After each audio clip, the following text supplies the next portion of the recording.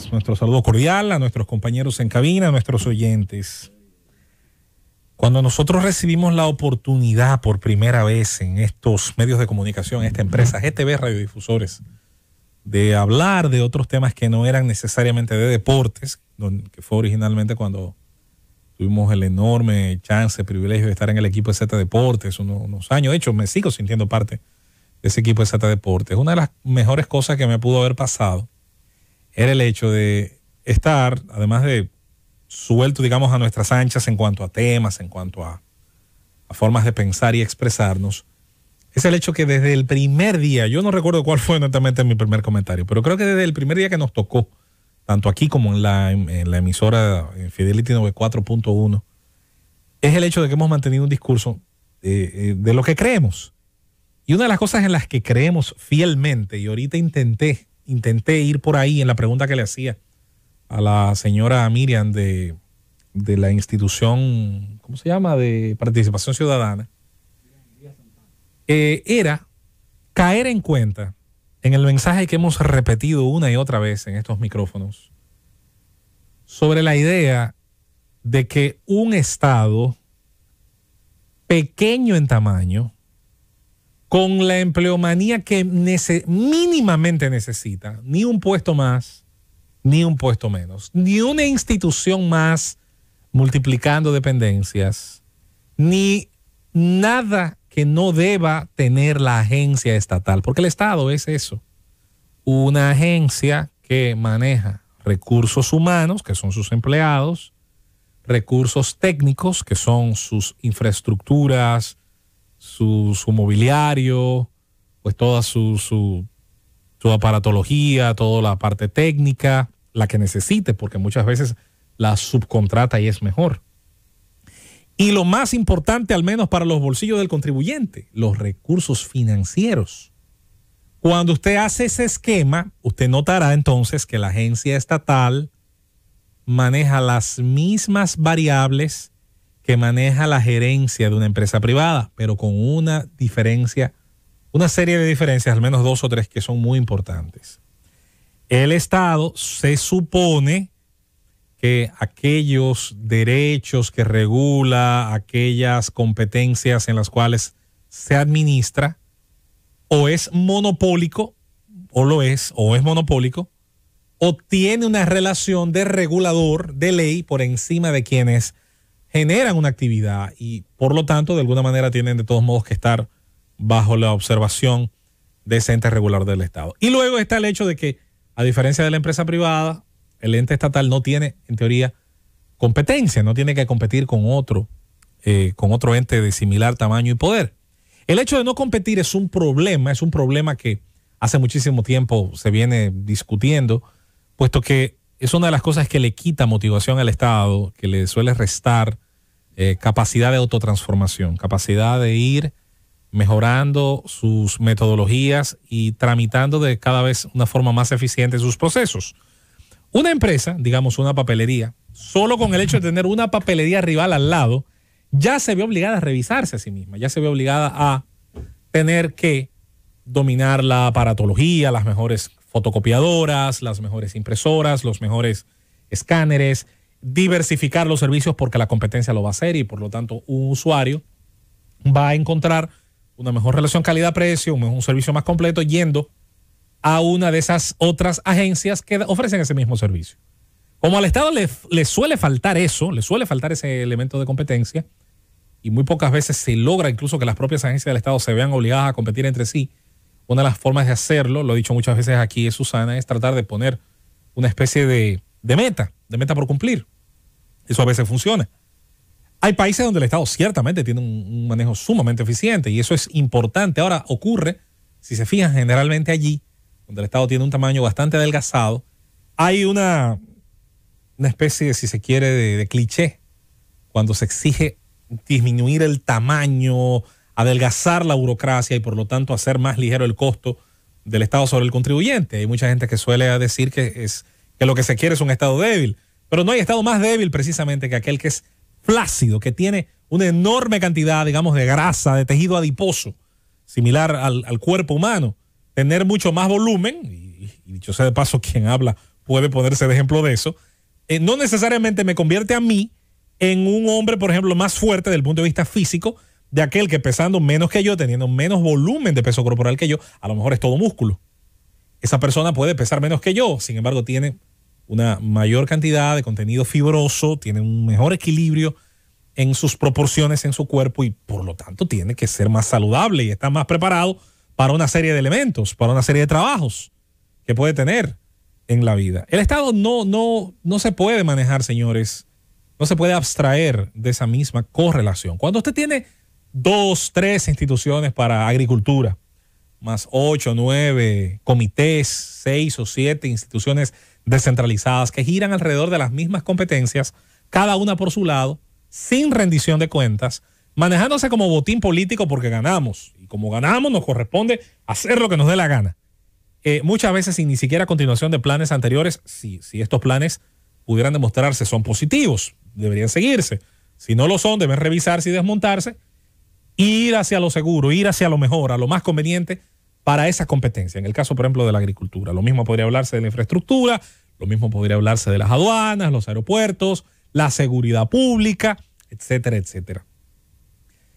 Decíamos hace un ratito, cuando le preguntábamos a la señora de Participación Ciudadana, que qué pensaba ella, porque yo creo que ella hablaba de que hay que tener presos. Por supuesto que la gente quiere tener resultados de estas pesquisas, quiere tener sentencias que puedan ser ejemplares y que puedan, y en eso tiene toda la razón del mundo, ahí le acompañamos, porque el castigo cumple 2 funciones, intenta generar una compensación sobre el daño que la sociedad ha recibido, aquellos bienes que se les ha quitado, aquel daño directo e indirecto que se le ha generado a la sociedad, pero también intenta servir como un elemento de disuasión a futuro y en el presente.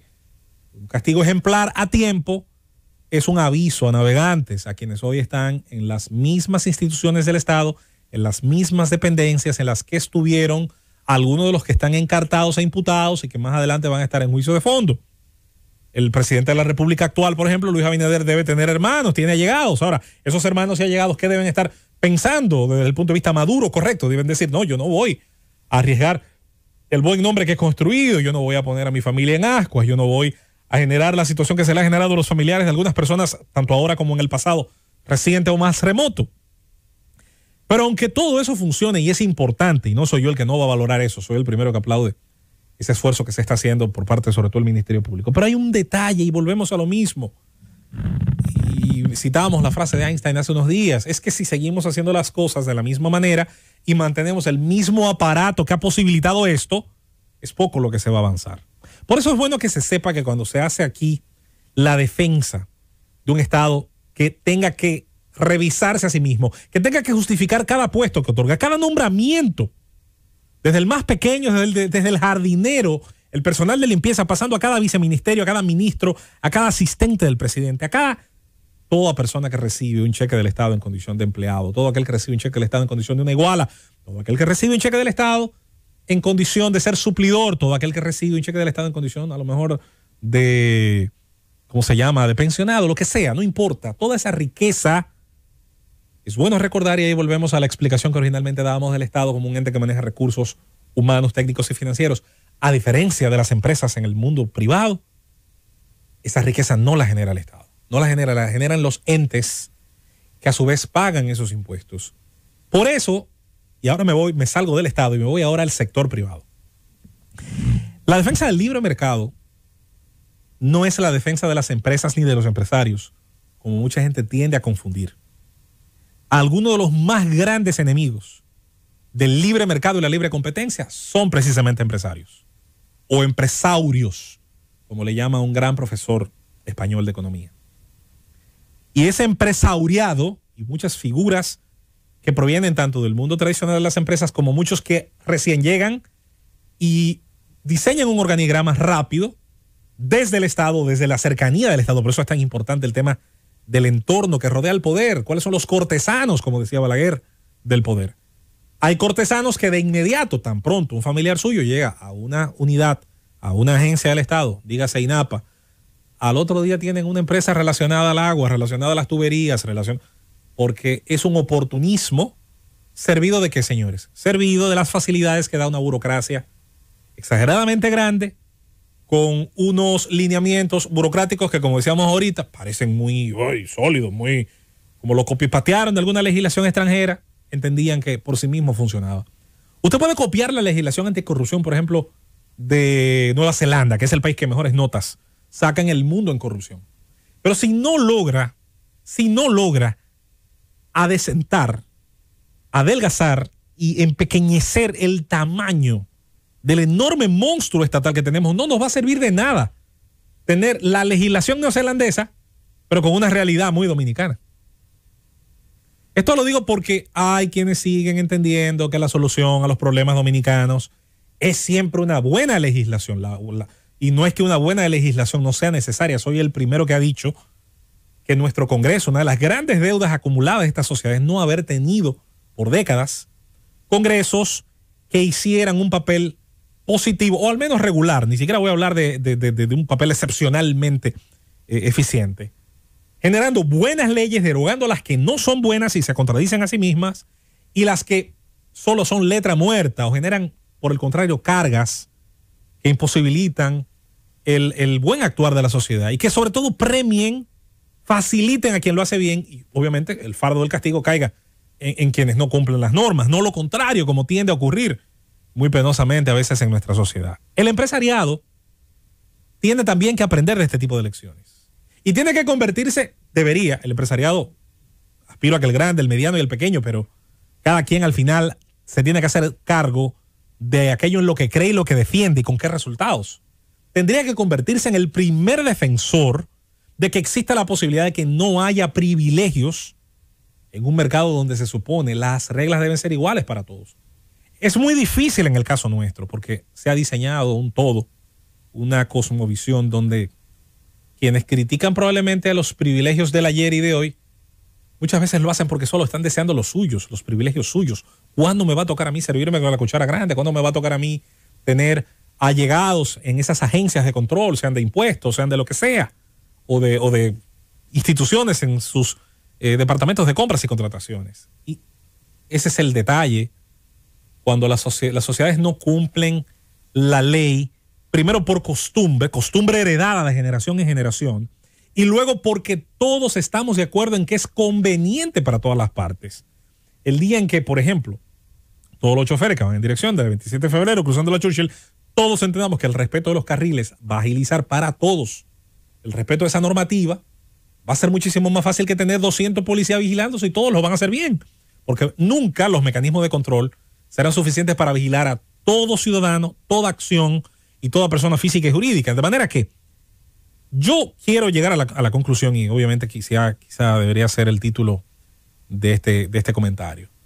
Atención, nuestro querido Jaime, que la situación actual no se quede solo en el escándalo, no se quede solamente en el señalamiento puntual de quién robó y cuánto robó, pero qué barbarazo aquel, qué barbarazo este, que sí, son todos unos barbarazos en mi opinión. Tiene que reflejar las fallas, enormes falencias en el diseño y tamaño del Estado que actualmente tenemos. Y donde cualquier operario, incluso si tiene buenas intenciones, que llegue el día de mañana, que esté en el día de hoy, y ni hablar de los que han estado el día de ayer, porque no todos han tenido esa misma intención. Sin embargo, fíjense cómo ha dicho más de uno. No. A mí me quitaron porque yo no acepté firmarle tal cosa a fulano, despacharle tal cosa, o porque no le recibí. Entonces me movieron a otra institución, o tuve que hacerlo, no quería. Pero bueno, ¿quién le dice que no a un hermano de San Fulano o a San Fulano en persona? ¿Quién le dice que no? Nuestro Estado está dando una demostración hace años del enorme problema que le acompaña en su diseño, en su funcionamiento. Creer que solo basta con buenas intenciones y con cambiar los operarios, algunos de ellos a lo mejor con más capacidad, a lo mejor con buena intención, no lo sé, y pensar que por eso la maquinaria va automáticamente a funcionar bien, yo creo que es engañarse a sí mismo. La vida nos está dando un mensaje, ojalá que la sociedad pueda captar ese mensaje y comenzar a exigir que tienen que cambiar las instituciones, no solo los operarios, para evitarnos cada cierto tiempo, de manera periódica, simplemente tener estos escándalos. Mientras tanto, es bueno que ocurran, porque al menos han llamado la atención de la sociedad hacia la pus que sabemos emanaba desde ese tamaño, desde ese estado grande e ineficiente que tenemos.